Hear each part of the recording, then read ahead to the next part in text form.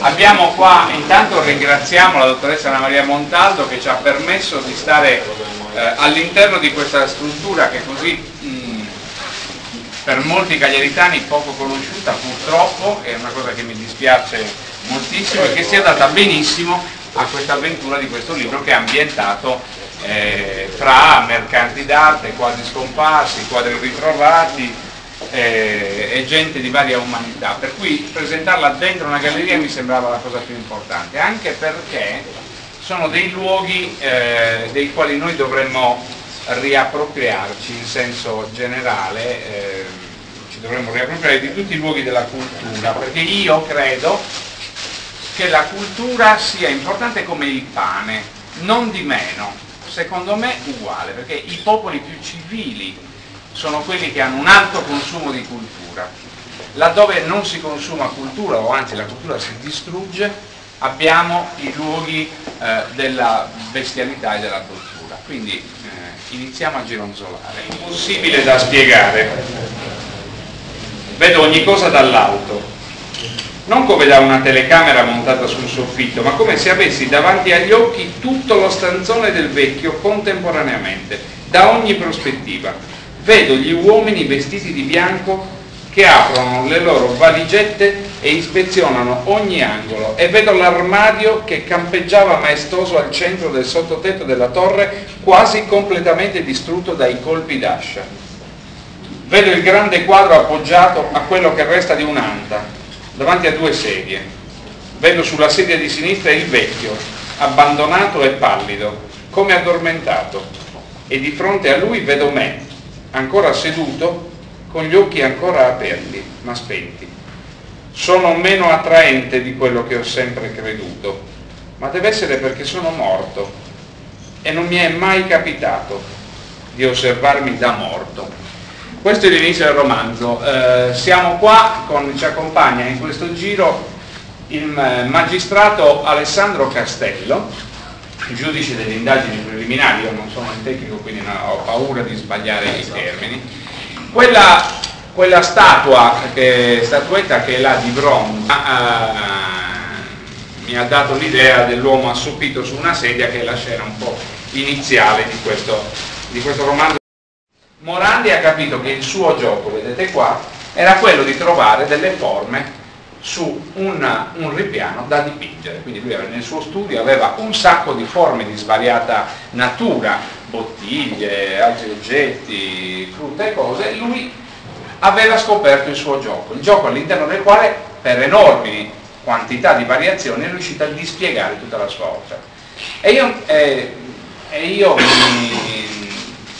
cercando di guardarmi da fuori mi accorgo che questo è già il secondo romanzo che scrivo con uno stesso gioco, che non coscientemente è uscito fuori, ma sta uscendo fuori. Cioè non riesco a soffermarmi su un solo personaggio, ma ho bisogno di fare un racconto un po' più corale, di far intrecciare e saltare la trama attraverso diverse inquadrature. Ecco, io chiedo ad Alessandro come lettore se hai avuto questa sensazione, se ti ha dato fastidio, se comunque l'intreccio funziona da un punto di vista narrativo, dello scorrere dei punti proprio di forza del libro, questo triplo piano narrativo, no?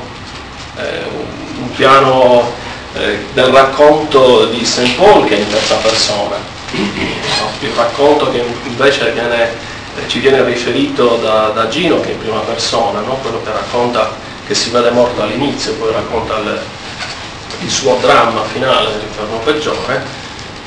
E poi abbiamo il piano dell'indagine, il piano del giudice maniero che si dipana, diciamo, intrecciandosi più che parallelamente, si intreccia con questi due livelli, li mette in contatto, li unisce. Tra l'altro, se vogliamo poi fare riferimento alle indagini, le indagini non sono mai piane, le indagini sono sempre su vari livelli, non c'è mai un livello soltanto, ce ne sono tanti, sta alla capacità dell'investigatore ancora una volta riuscire a individuare i vari livelli e a portarli avanti insieme. È l'emblema di quel ricco che oggi non c'è più. Oggi il ricco è solo il ricco dei soldi. Poi. Sì, era un ricco con valori sentimentali, tant'è che lui alla fine si innamora di Vincenzina, che è la sua governante, la quale a sua volta ovviamente era innamorata del tragico Gino, con il quale sperava di sposarsi, ma Gino, come per essere più un romanzo, non va a venire. Chi è Gino? Gino rappresenta probabilmente la mia lettura, non vorrei fare moralismo, ma è la parte, diciamo, negativa senza valori della nostra società. È gretto, non è colto. Ci sono esilaranti pagine in cui lui cerca di capire qualcosa di arte. Non mi metto il problema di che genere scrivo, nel senso io ho scritto una storia e l'ho intrecciata in quella maniera lì. Secondo me non è definibile come un noir, sarebbe più forse un poliziesco, perché noi seguiamo un'indagine più che avere un vero mistero, scoprire chi è stato l'assassino. Non è questo proprio l'oggetto, quindi direi non c'è un mistero, non c'è uno nell'ombra, che un pericolo che incombe, che è una caratteristica abbastanza classica del noir in generale. Io non lo dico, il peggiore sul quale potremmo capitare è quello di dover vivere l'eternità di un rimpianto, cioè dover rimpiangere per l'eternità. Quelli che rimangono sono come quelli del PD. Esatto, i problemi che rimangono sono i problemi del PD, irrisolti. Esatto. Io ti volevo chiedere invece quanto ci hai impiegato, da quando ti è balenata l'idea in testa fino a esclusi i tempi tecnici di dialogo con l'editore, con l'agenzia letteraria. Diciamo 3 mesi. Diciamo 3 mesi perché 2 mesi e mezzo, ma di tempo reale ti dico, poi c'è la parentesi che magari sto lavorando facendo cose, però di tempo reale io mi sono messo a calcolare che più o meno ci metto 3-4 mesi.